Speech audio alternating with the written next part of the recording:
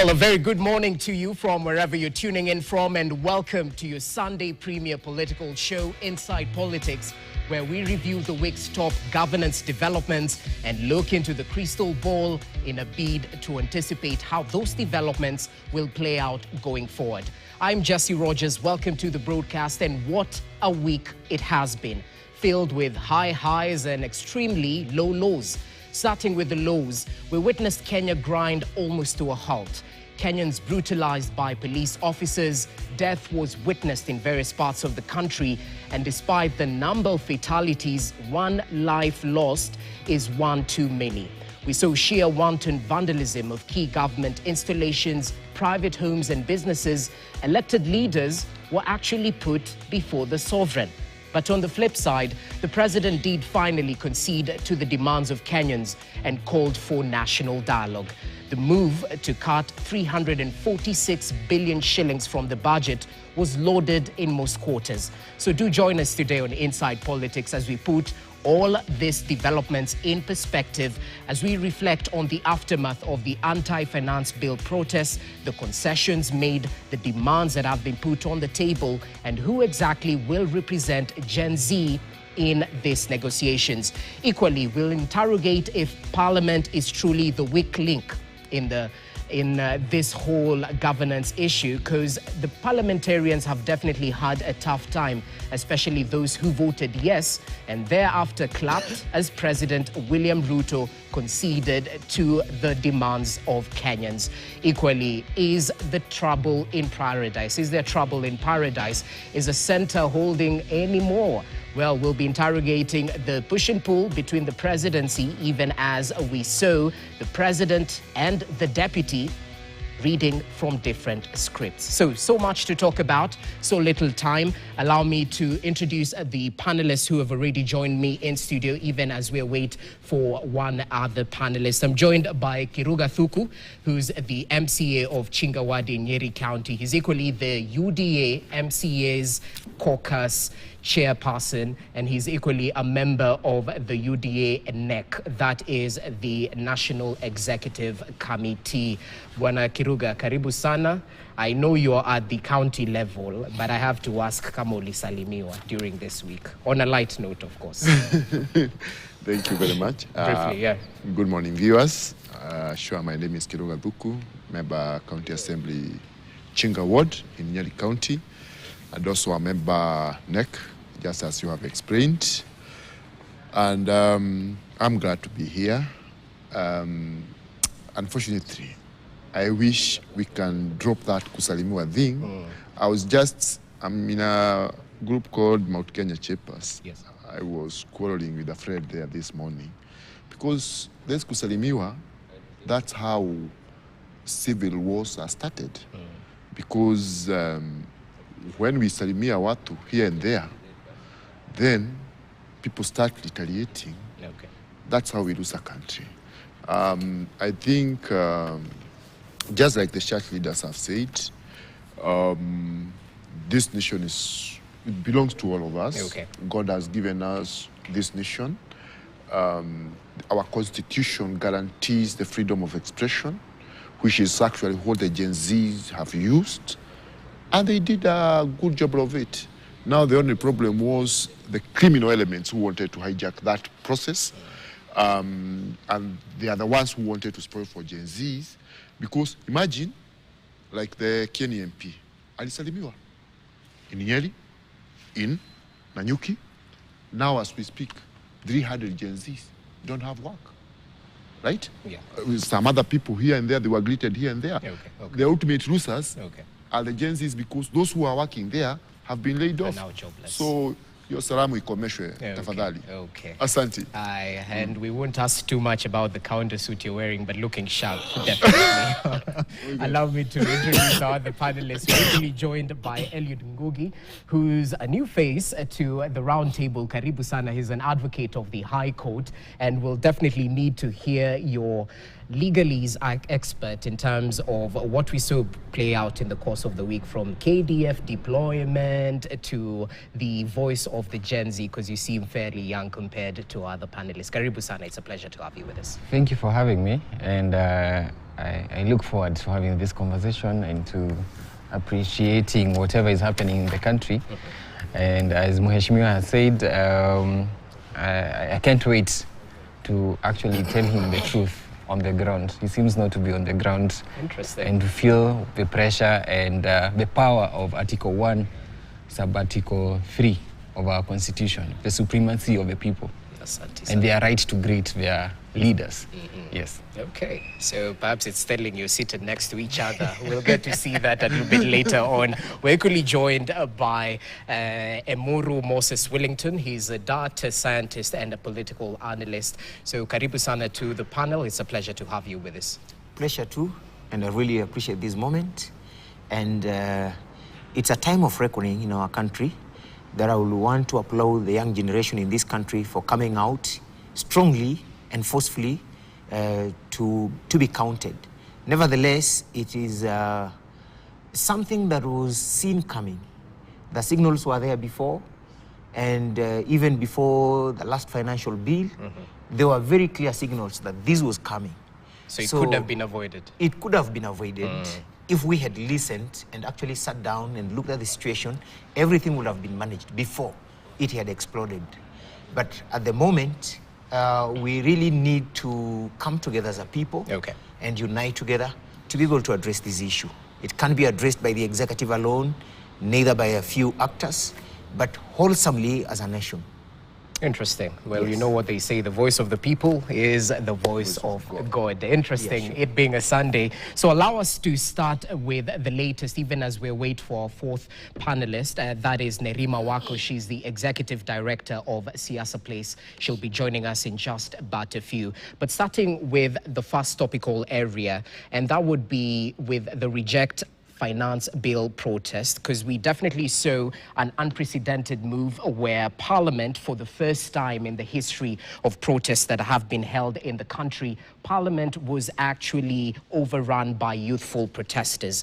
The protesters and this protest we actually witnessed were in large scale last Tuesday, and they seemed to be subdued last Thursday, but they did leave scores dead and numerous injured and property worth millions of shillings destroyed.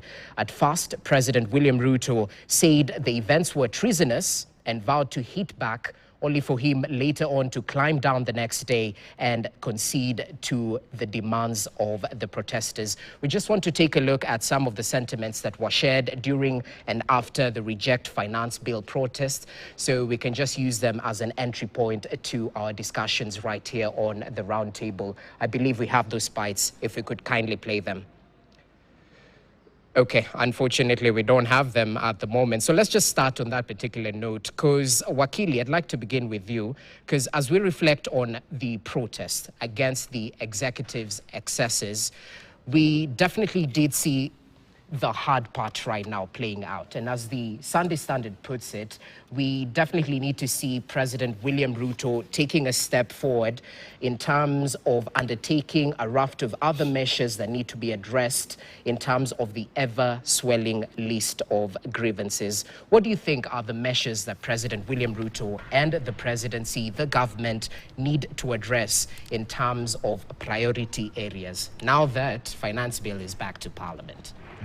Well, in light of the finance bill having been, the common phrase, rejected, and the president having heard the voice of the people, I believe that the next course of action that the executive should take is to address the issues. And one of the major issues that has come out is the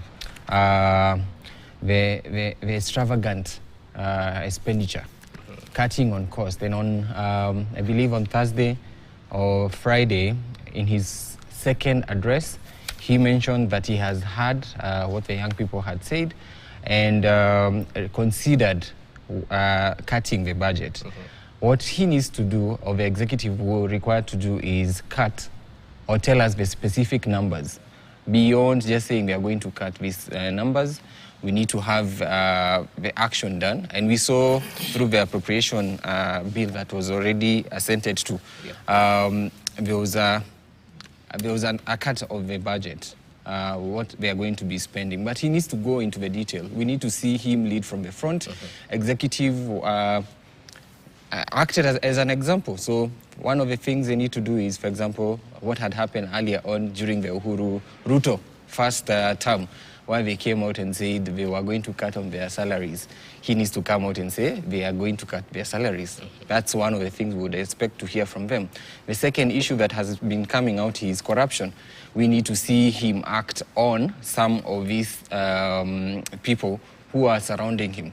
So if it's reshuffling the cabinet, we need to see it, because leadership is seen, it's not only talked about, we need to see action from the president himself. And so I hope probably the next address that the president is going to make is likely to be that he has reshuffled the cabinet, and there's no longer the fear that we have a CAS position being talked about, the prime minister position being removed. We need to see that happening, because these are just extra budgets that he has created, that he's forcing on Mwananchi, who is paying taxes, yet they are not in our constitution.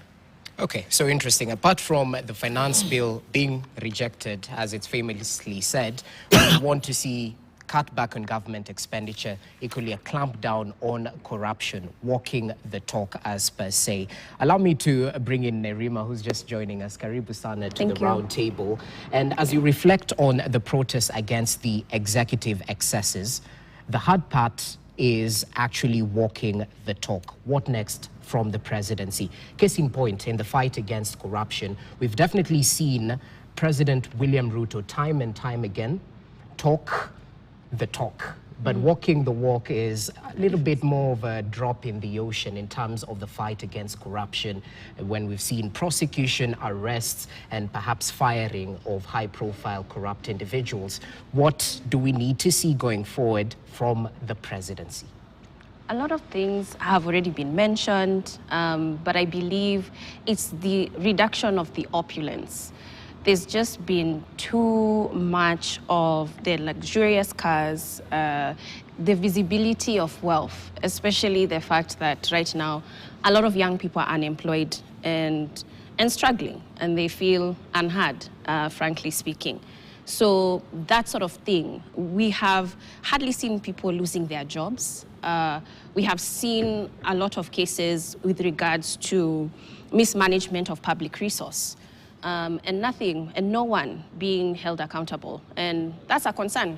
Things like this wouldn't happen in a business or in a company, so why is it happening to an entire country? And these are the questions that a lot of youth are asking. How come heads haven't rolled by now? Even when we look at agriculture, with the scandal that occurred, when we look at counties like Eldoret in regards to education, there are people who have missed an opportunity when it comes to education because money went missing. That's an entire future.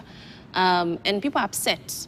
So we would love to see firmer action. We would love to see people being held accountable for the issues that are happening in the country, and not just talk. And that's why a lot of people are saying, we are past dialogue. We are past dialogue. You are well aware what needs to occur right now. And, it's a very scary thing to think that we're talking about a population that's 14 million. When you combine Gen Z's, millennials, that's 14 million. And that representation is very large. And so even the amount of resource that we have that's very minimal has to be managed in a way where every shilling counts. Every shilling must count. And those are the things that, people are asking, how are you making sure that every shilling counts? As simple as that. Okay, interesting. Let's hear the voice of the government on this round table. You happen to sit on the UDA neck. Yes. And of course, we just won't take your word as the MCA for Chinga, but you equally represent the party. We've definitely heard about the National Multi-Sectoral Forum for Youth. An engagement forum set aside to bring the youth on the table, various players, including the civil society and religious leaders, in order to canvass these issues that need to be addressed by the presidency in terms of what the Gen Z is raising. What do you make of the call to dialogue? Will it work? Because there are those who say that this is barely managing the situation we need action in terms of if it's clamping down on corruption, clamping down on government excesses when it comes to spending. Is this the time to talk, really? Thank you very much. Number one, I want even actually to inform my brother Wakili here when he says there should be austerity measures. In fact, the government is very, very ready for that. Actually, even in the president's address, when he said he have had the people who have conceded, there he announced, you know, there is this we call confidential vote that goes to the presidency. He announced confidential vote has been scrapped. So it's actually, it's only good to be fair. It's good to be fair to the president of the government because, in fact, we've not gotten here because the president or the government deliberately wanted to hurt Kenyans. It's just that in any discourse, you know, people have to engage. And even the way you have asked if dialogue is the way to go, definitely it is. Look, in all the major democracies in the world, in every conflict in the world, the best way out is dialogue. Because as a country, if you don't dialogue, then how can you resolve your differences? So, you know, and that is what we keep saying, you know, there are different elements in this struggle. When we talk about the fight against corruption, perfect. And the president has talked about it, but it is not the president to go and arrest those people. We have our DCI, we have EACC. So let everyone do their work. And let me tell you something here. We are all of us here smart. Nothing is more hurting. Like if I tell you, you are a very corrupt person. I look at Wakili here. Oh, we know lawyers are criminals. They steal clients' money. No, we cannot generalize like that. If I want to tell Wakili he is corrupt, I must come with evidence. And you have to be fair to people. That is why we have laws. That's why he is a lawyer. If someone is told you are corrupt, if someone is sacked because he's told you are corrupt, he will be representing him tomorrow in court. So the thing is... But MCA, listen to me here. Because, I mean, we've seen the edible oil saga. Yes. There's someone who is corrupt, right? Who? We haven't seen the backstop with someone. If we move on, fertilizer scandal. It's been swept under the carpet. It is not. So, what progress No, is you being see, made? we need to ask ourselves, you know, my brother, we need to ask ourselves, fine, to what magnitude? We have the fertilizer, you know, program. What was the percentage of the bad fertilizer? Actually, less than 1%. Two wrongs don't make a right. Exactly. There's a wrong, right? Yes, it is. And I'm not defending it. Yes. It was, wait, relax, let me finish my case. What I'm saying is, the magnitude, it was bad, but the magnitude was so small. What I'm saying is, let us talk as a nation, let's talk to one another. The president has shown the way forward. Of course, I was saying there are many faces to this. We have the genuine and genuine Gen Zs, and we congratulate them. They did a very good work. We have had them, the government have had them, and they are on the right trajectory. But then again, we have characters who want to hide behind the Gen Zs, right? Okay. And that is what the president was alluding to. That's fine. So, for the Gen Zs, in fact, I can confirm from where I'm seated, fully behind them. But for the characters, because did you see how the parliamentary fence was brought down? Those guys who brought down the fence, those were not Gen Zs. The Gen Zs, sure, they were behind, they came and entered. But we're criminal elements. You know, we nearly lost our country. Okay. We've not reached there. So, I would say, because you see, we still have the dissenting voices and a lot of vulgar language. The Jay-Zs are not interested in those things. And you even saw for yourself. Someone came, let me tell you this. Someone came and told them, oh, let's march to State House. They even slapped him. They told him, you are not our leader. We are not interested in those shenanigans. Okay.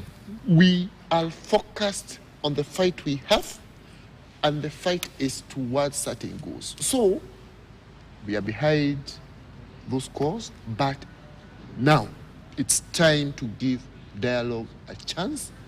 Let's remove the characters who want to bring in vulgarity. They want to insult the president, they want to insult everyone.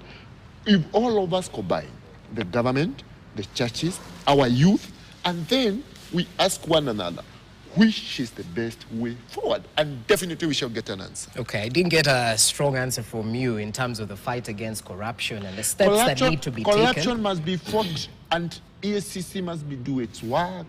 All those organs, and because one thing is that we have people that we pay, right?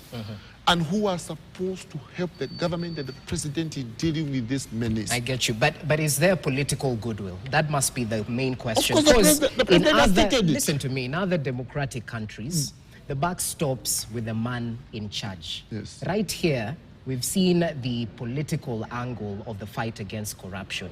Mtu wetu mentality, usimtoe kwa kiti, and isn't that slowing down? Let me tell you something.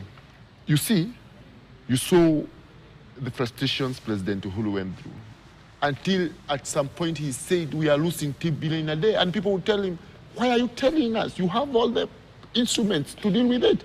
You saw the problem President Mwai Kibaki faced, a very great gentleman, and he says faced the same challenges. So we should not imagine that those people who are perpetrating these vices, they try to cover their steps. But the truth is, nobody, no president, neither President Ruto, neither President Uhuru, neither President Kibaki would want to see their government soiled by this bad practice of corruption. Okay, well noted. For the political goodwill, yes, I can assure you from it's where there. you are seated, it is there, and it is being led by the president himself. So we will see heads roll, because even Kibaki clamped down on... I believe so. I believe so. It's upon the president, but I believe he means business. Okay, Wellington, add your voice, because there are those who are skeptical about dialogue as a way of managing this crisis. They'll ask, number one, because we well know if you're not at the table, you're on the menu. So who exactly will the government be talking to as the face of the Gen Z that is tribeless, faceless, leaderless? You get me? Yes. And then number two, equally, let's talk about this dialogue, because previously we've seen the NADCO report. Very few fruits of that report are actually in public right now. Yes. As it is, IEBC is not yet sorted, yet that was one of the main issues being sorted in the NADCO report. For those who are skeptical about dialogue, what do you have to tell them? Is it truly the way to go? Are they being managed? Great. Before I respond about dialogue, sure, and the engagement, and then I want to give, to contribute a little bit to what my friend here, Honorable Kiruga, has said about evidence for corruption and everything. I want to state to you a little bit that I've been a police officer at some stage, and I want to inform you that there is always a way of getting around with everything. The way we are structured and our system gives us space to always manipulate everything that we do. The criminal justice system. Not only the criminal justice system, even if you want to do things perfectly, there is a lot of practice that is not good that is happening in the government, in the private sector. People are so smart in such a manner that they have the power and the knowledge to manipulate every process. Not unless we come up with very ruthless and, approaches to dealing with corruption, we will not manage. Okay. Everyone in Kenya, including you and everyone else, is corrupt. We even corrupt time, we corrupt everything in our country. Everyone is corrupt in this country. So dealing with it is not going to be an easy joke. It just needs a ruthless president, just the way you saw Magufuli handling Tanzania. Somehow, they got somewhere. But with the way we are handling, with a lot of decency, trying to handle every corrupt person, saying, oh, you must bring evidence, you must do this, it goes to court, it's being taken, you know, if people manipulate around, we will not manage. But it has to be within the law. I know. Exactly. It has to be within the law. That's what I'm law. saying, not unless we come with very ruthless structures and laws to actually address this issue, it's going to eat us for a long time. All right. However, you've asked me about engagement. It is good to engage. It's very important to engage. The young people of this country want to be heard. We must engage them. But then at what stage? The timing, you know, must be very critical. For you to be able to succeed in everything, you must actually properly address issues at the right time. You don't wait until things go way, then you start a knee-jerk reaction that, okay, they want us to talk, then you jump, you want to talk to them. No, then you wait, oh, disaster, then you want to talk about it. That's not how to do things. Okay. We need to be always prepared that if things go this way, we must have this solution. That if this happens this way, this and this is going to happen. So, which means there are so many people sleeping on their jobs in these departments. Because you see, we have departments that inform the presidency, the executive, inform the judiciary. We have every department with their informers. And then we have departments, every department has what we call the actors, who are supposed always to prepare responses on every issue. Now that this has happened, where did we sleep? Now, I want to talk about the engagement process. Yes. The youth have come out, the Gen Zs, the millennials. You saw that demonstration. It was not only Gen Zs. Everyone came outside there. And I want to warn the nation, not only us who are here, I want to warn the nation and even the president that we are taking this thing lightly. But if we are not careful, it will explode.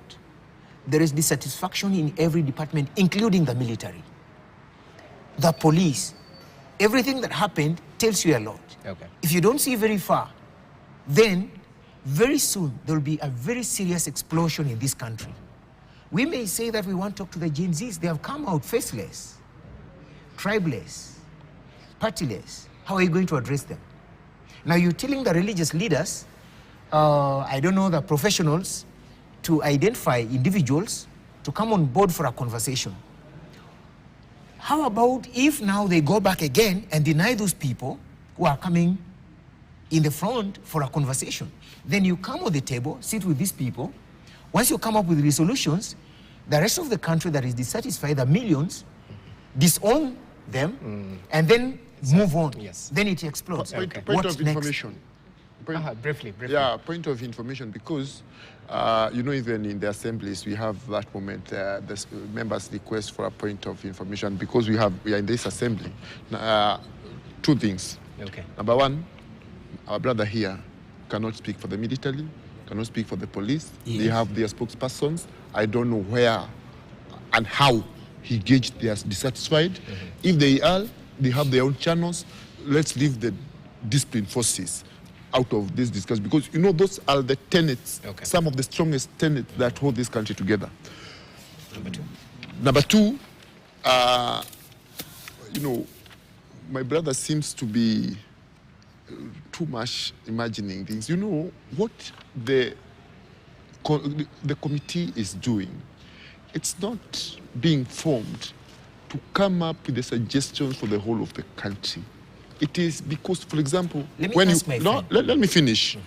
When you bring in the religious leaders, say the Catholics, the Anglicans, the independent, you know, they have a lot of followers. Those people, like the youth and others, you see, it is more sectoral forum. They are representing people. What they do is just that they are coordinating the talks so that all those people they lead, all the Kenyans can have a chance of putting in, you know, their input. And you have had, even Kenyans have been requested, even the Gen Zs and everyone who has some input, to record themselves, to write memorandums. Just like we have had commissions before, they have not made decisions for us. They have brought us together. You see the way even Wakili is looking at me, he's agreeing. I thank you. I'm not agreeing. We need to take a break, gentlemen. We need to... I'm learning to respect. Okay, the bills need to be paid, gentlemen and lady. So allow us to take a short break. As we come back, we'll dot the I's and cross the T's on the issues that have been raised so far, even as we look into other issues that arose in terms of deaths, abductions, cases of vandalism and police excesses, equally the KDF deployment in the capital and other parts of the country. You're watching Inside Politics. Stay with us.